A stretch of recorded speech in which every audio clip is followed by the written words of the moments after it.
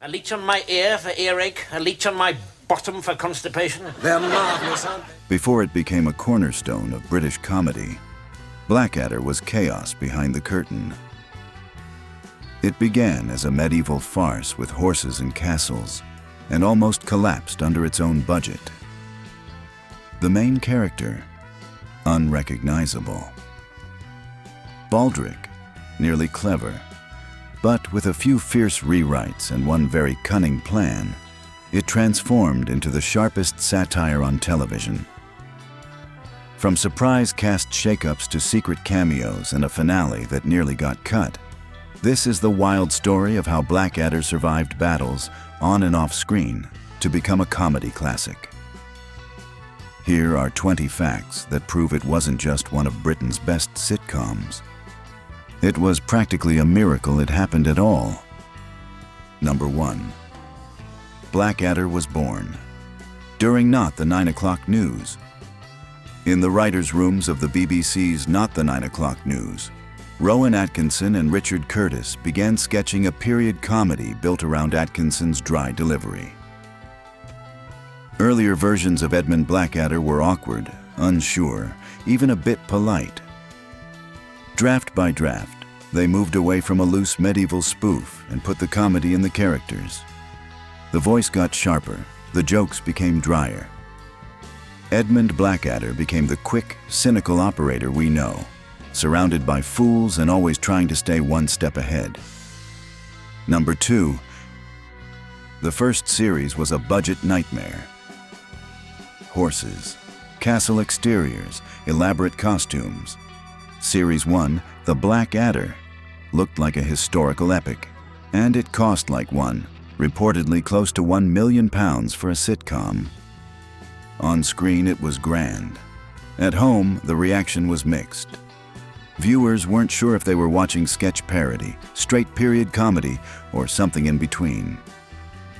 After that lukewarm response, the team ditched the lavish approach. By the next series, the scale shrank, the sets moved indoors, and the comedy shifted to sharper dialogue and character, a reset that saved the show. Number 3. Ben Elton rewrote the playbook. Richard Curtis brought in comedian writer Ben Elton to rescue a show on the brink, and the change was immediate. For Blackadder 2, the action moved indoors, the budget bloat vanished, and the humor snapped into place. Less spectacle, more cutting lines. The focus shifted to quick, clever dialogue. Blackadder himself had confidence and bite.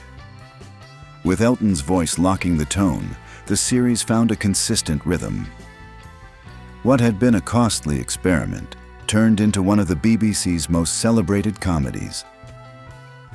Number 4. The Blackadder character completely transformed. In Series 1, Edmund Blackadder is a cringing pretender who trips over his own schemes. From Series 2 onward, he becomes the fixed point of the franchise, a dry, competent operator stranded among fools. The comedy flips. We stop laughing at him and start laughing with him as he carves through Baldric's cunning plans, Queenie's tantrums, Melchit's bluster, and George's innocence. The eras change like costumes: Elizabethan court, Regency drawing room, Flanders trench. But the persona holds, quick, ruthless, permanently exasperated. That pivot turned Blackadder from a costume spoof into character comedy, a sharp mind trapped in an idiocracy. Number 5. Baldric got dumber on purpose. In Series 1, Baldric is oddly capable, often the one with workable ideas while Edmund flails. From Series 2 onward, the polarity flips. Baldric becomes the loyal innocent whose cunning plans are punchlines before they're even tried, and Edmund becomes the sharp operator cutting him down. The catchphrase was first heard in the 1982 pilot, and then settles into a recurring gag. Baldric proposes, Blackadder demolishes. The audience anticipates the crash. By back and forth, they even play with the trope, giving Baldric one of the very few plans Edmund half accepts: a wink at how famous the gag had become. It's a deliberate character pivot. Make Baldrick sweeter, sillier, and steadfast, and the show's engine becomes a smart cynic trapped with a devoted fool. Enjoying this video? Please subscribe. It's free and really supports the channel so we can keep making great content. Number 6. A live audience changed everything.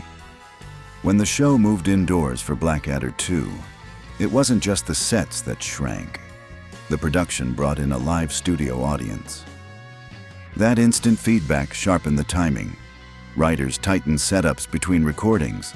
Ben Elton even warmed up the crowd, and performers leaned into the rhythm of real laughs. You can feel the difference on screen.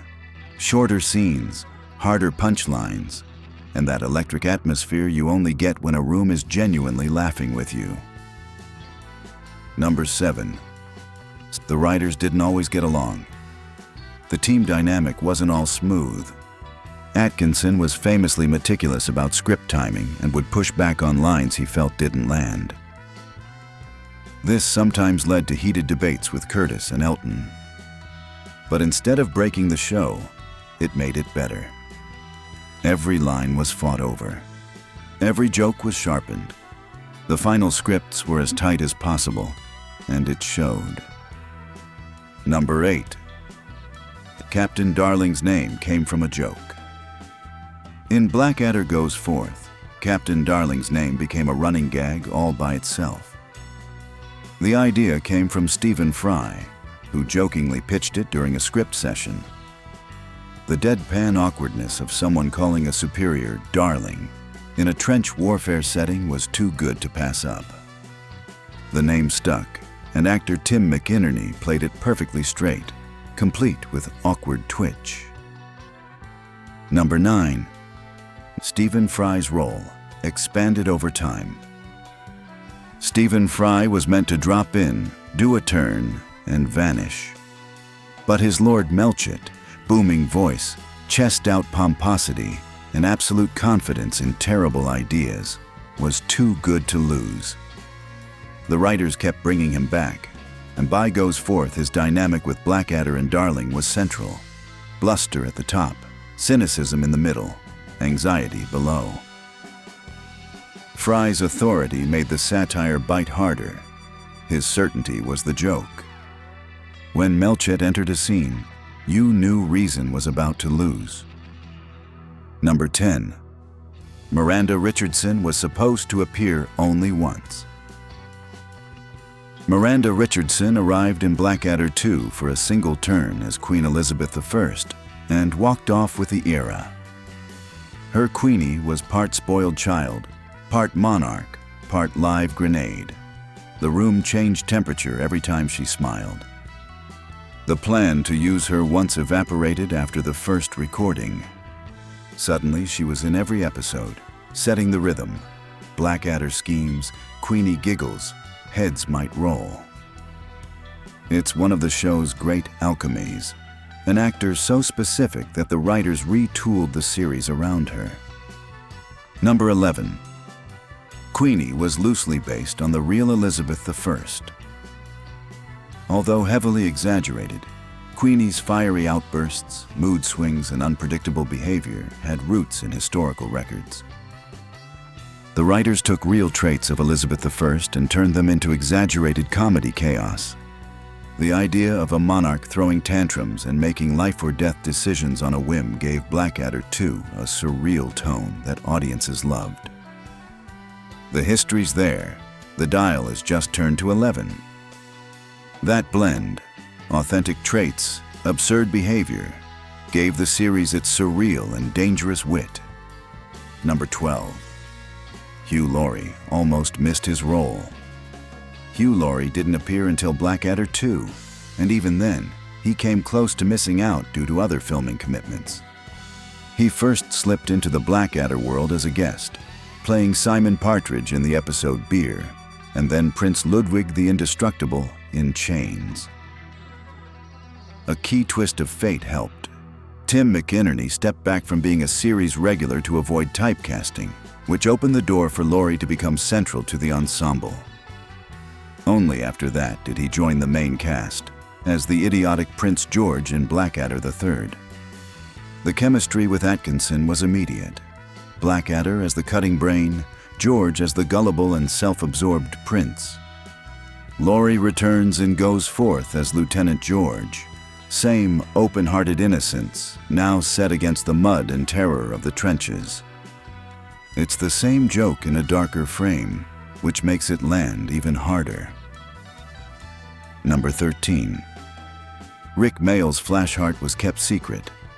To supercharge Blackadder 2, the team smuggled in a secret weapon, Rick Mayall. His entrance as Lord Flashheart was kept under wraps to catch the cast and audience off guard. He explodes into frame, swagger, shout, hair, ego, and the laugh you hear is half performance, half shock. With only minutes of screen time, Flashheart became a cult force. There's a long-circulated anecdote that Mayall only agreed to do it if he got more laughs than Rowan Atkinson. He reportedly asked after taping, "Did I?" Whether dead serious or tongue-in-cheek, the swagger shows on screen. He later roared back as Squadron Commander Lord Flashheart in Blackadder goes forth. The gusto was intact. Bigger hair, louder entrances, and one-liners that outboomed the artillery. Number 14. The final episode was almost cut. The closing scene of Blackadder Goes Forth wasn't meant to feel like a sitcom at all. In Goodbye, Blackadder, George, and Baldrick finally go over the top. The scene was staged in a cramped studio trench, then slowed in post. The gunfire drops away, faces tighten, and the charge dissolves into a silent field of poppies. Some at the BBC thought it was too bleak for a comedy and pushed to soften it. The creators refused. They also stripped away the usual audience laughter and, in many broadcasts, the end credits, leaving the poppies to fill the screen. The result was unforgettable. A quiet, devastating farewell that's now one of British television's most poignant endings. Number 15. Real historians praised the show. For all the absurdity, Goes Forth felt unnervingly authentic. Military historians pointed to the details: the mud-logged trenches, the pointless orders, the fatal optimism of junior officers, and the gulf between the front line and the staff office. The satire exaggerates, but the essentials are true, and that truth is what gives the jokes their bite. When Blackadder's sarcasm hits Melchett's bluster, it's not just a punchline, it's a critique of a real system. It laced sharp satire through the bleak realities of the First World War, finding laughs without looking away from the truth. Number 16. Soldiers and veterans loved it too. You might expect uniformed audiences to bristle at a comedy about the trenches. Instead, many veterans and serving soldiers embraced it.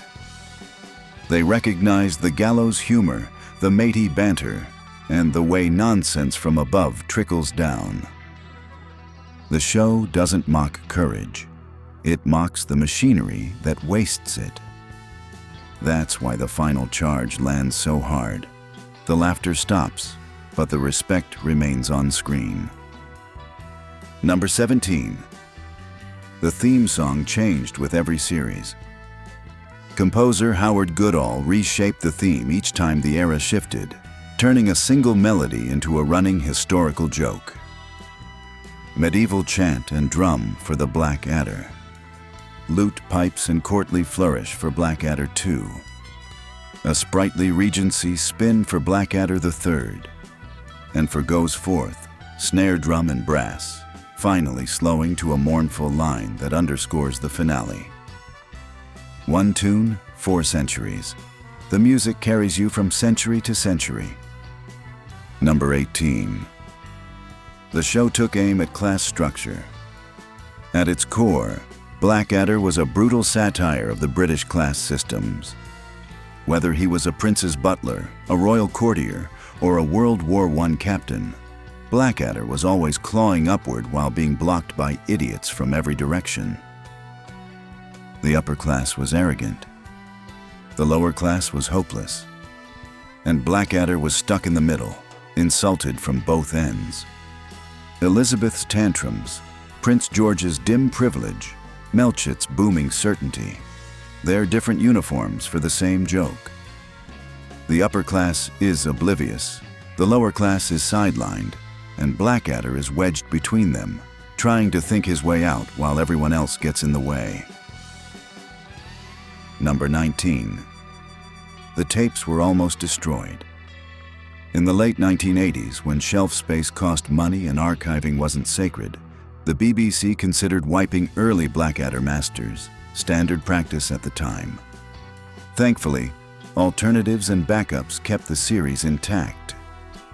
It's a chilling what if. One decision, and an entire slice of British comedy history could have vanished forever. Number 20. A reunion was teased in 2023.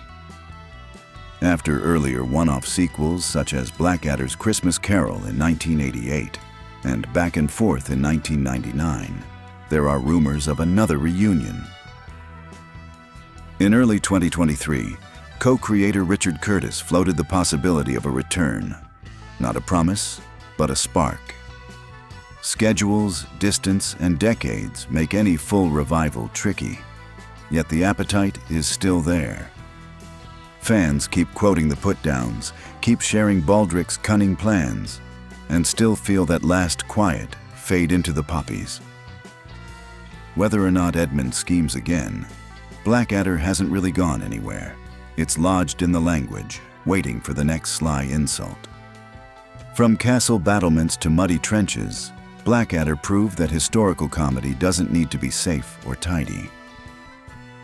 What began as a risky experiment became a BBC classic, sharpened by rewrites, carried by a killer cast, and capped by one of TV's boldest finales. If you enjoyed this dive, please like the video, subscribe, and drop your favorite put-down in the comments. Thanks for watching. We'll see you in the next one.